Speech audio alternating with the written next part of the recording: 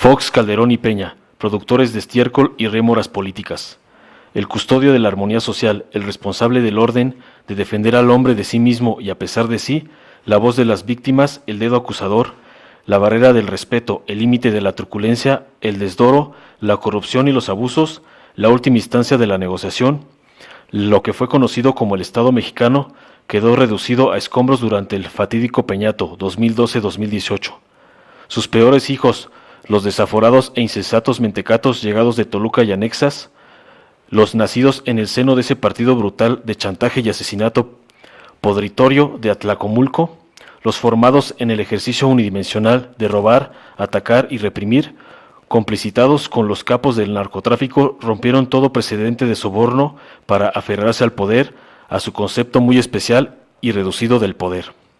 Amos y señores del prevaricato, del peculado, del chantaje y de la muerte, los ñoños de Metepec y Pachuca se pasaron de la raya. Nunca se había visto en la historia de México un aparato gubernamental tan incompetente, ridículo, ignorante y rupestre como el que encabezó Enrique Peña Nieto. Su símbolo fue una maleta ensangrentada, repleta de dinero, carente de razón, dispuesta a repartirse entre paniaguados de la peor ralea. Despotismo huehuenche, el caldo de cultivo de la locura. El símbolo tradicional de la autoridad fue el logotipo de la corrupción. Más bajo no se pudo caer. Cuando estaba caída libre, ante la inminencia del juicio popular o internacional, los rateros fueron presa de un pavor descomunal, de un terror nacido en sus entrañas, que los compelía a aferrarse al hueso y destupar o matar a quien fuese. Ese miedo se convirtió en la sala de ejecuciones políticas y criminales de un despotismo huehuenche, el caldo de cultivo de la locura y el florecimiento de todas las reacciones autoritarias y mendaces, el mejor termómetro para que los ciudadanos nos percatáramos de que los apanicados atacan sin miramientos ni piedad los fundamentos de la razón, que levantaron, secuestraron y desaparecieron cuerpos humanos y cualquier asomo civil y democrático, que utilizaron el aparato político y comunicativo solo para atacar la verdad, para destruir el raciocinio, para demoler la seguridad y la solidaridad humana. Bien decían los clásicos, donde existe miedo, existe una clase gobernante que le tiene terror a la libertad. Vaciaron de contenidos a la incipiente democracia. Toluquitas y pachuquitas demolieron las bases de un Estado que se les entregó maltrecho y desgastado, pero que antes sirvió para defender los saberes ciudadanos y políticos de la convivencia civilizada. Lo convirtieron en una fosa inmunda, en una caricatura ridícula de su propia sombra, sin idea de gobierno o de país,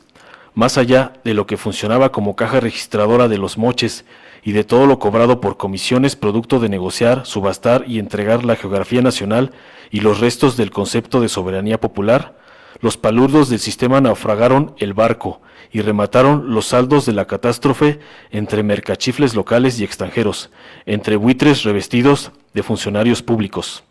Un aparato gubernamental que a través de la mentira y la sospecha ubicó al margen de la ley a cualquier gobernador o ser pensante y diferente a sus macabros designios,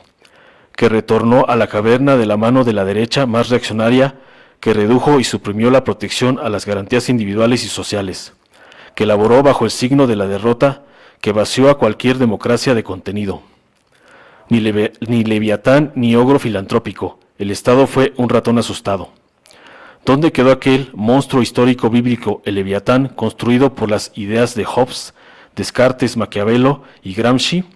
en sus diferentes épocas y consonancia de ideas para legitimar el monopolio legítimo de la violencia y conservar el poder por valores que debían emanar del conjunto de la sociedad?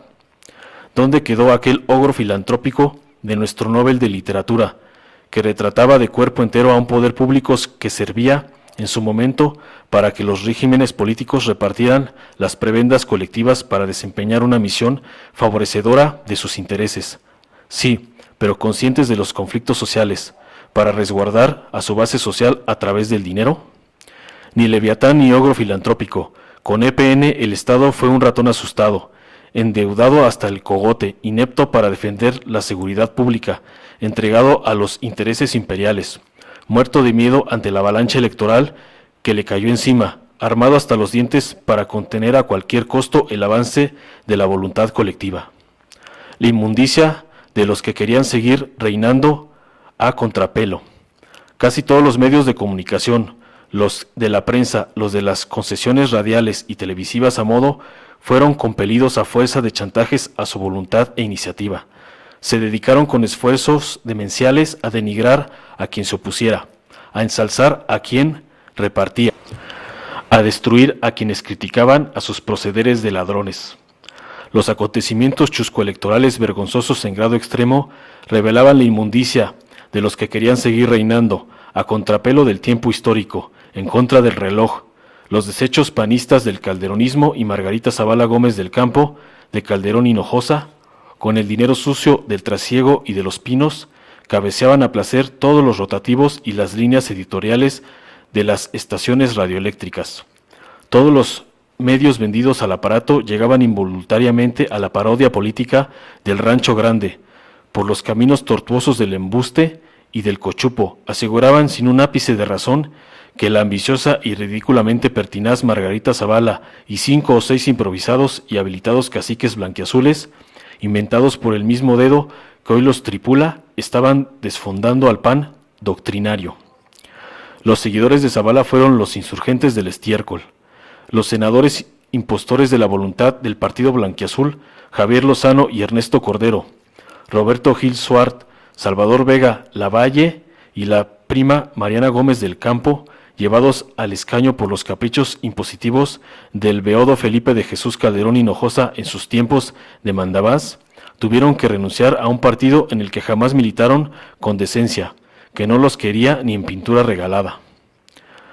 La hermana Cocoa, una neofascista de cepa, derrotada en todos los ámbitos de su pobre actuación política, aun contando con el derroche de nuestros impuestos, con todo el erario nacional a su servicio, se rasgaba las vestiduras queriendo convertirse en portavoz de la dignidad, del decoro y de la lucha civil. El ya desaparecido Rafael Moreno Valle, un expriista redivivo por las mismas viandas, aseguraba que la partida de Margarita, la dama del rebozo mordido, era una afrenta para la unidad blanquiazul. El poblano, nacido en Lomas de Chapultepec, decía traer la sartén por el mango, la vaca por la cola, cuando lo único que traía eran serias investigaciones ministeriales por el desvío de recursos erogados en supuestos seguros para prevenir los imprevistos naturales, demandas en curso por espionaje político y civil que resguardarán desvíos presupuestales, una larga cola de nepotismos y maridajes inconfesables y vergonzosos. Pescaron incautos con cebos de lombrices y botanas en el anzuelo.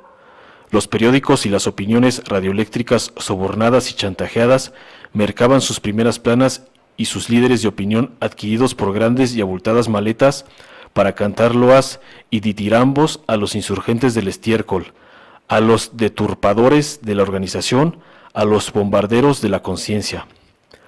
La verdad es que no se veía a nadie que valga la pena. Esas golondrinas jamás harían verano, buscaban el camino independiente para servirle mejor al patrón de los pinos, para declinar a tiempo por el candidato priista, después de engañar al pueblo y recoger su voto captado, a base de cebos, de lombrices y botanas en el anzuelo prefabricado y teledirigido, a entregar sus cuotas de voluntades ingenuas en favor del monte tricolor. Eso lo sabían los auténticos panistas, hasta los coordinadores de la infame Margarita, que se quedaban en el PAN, que no la acompañaron en una aventura nefasta y traidora, pues también se sentían burlados.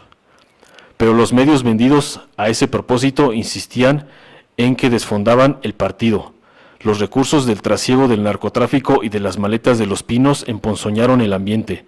ridiculizaron la política, desviaron la atención de lo verdaderamente importante, jugando a muerte contra la opinión pública. Ningún mexicano consciente y bien nacido mordió ese anzuelo. Pero el juego se les acabó. Por este procedimiento de los priistas entonces empoderados, como ningún gobierno en la historia de este sufrido país, prepararon toneladas de boñiga, ríos de caca que salieron del pozo inmundo de su putrefacción para impedir que les arrebataran sus feudos, para mantenerse en un poder que nos dejó tiritando y en huesitos. Por fortuna ningún mexicano informado, consciente y bien nacido mordió ese anzuelo. Nadie votó por la reelección de Felipe Calderón a través de su consorte, menos sufragamos por el PRI de Peña, que está científicamente comprobado, aunque falta el fallo judicial, fue el sexenio que nos robó hasta los retratos de los abuelos y produjo más Bóñiga y rémoras políticas como el desmadrado Lozoyita, como la preocupada Rosario, como Ruiz Esparza, que es quien sigue. Informó Mr. Político, nos vemos el siguiente video.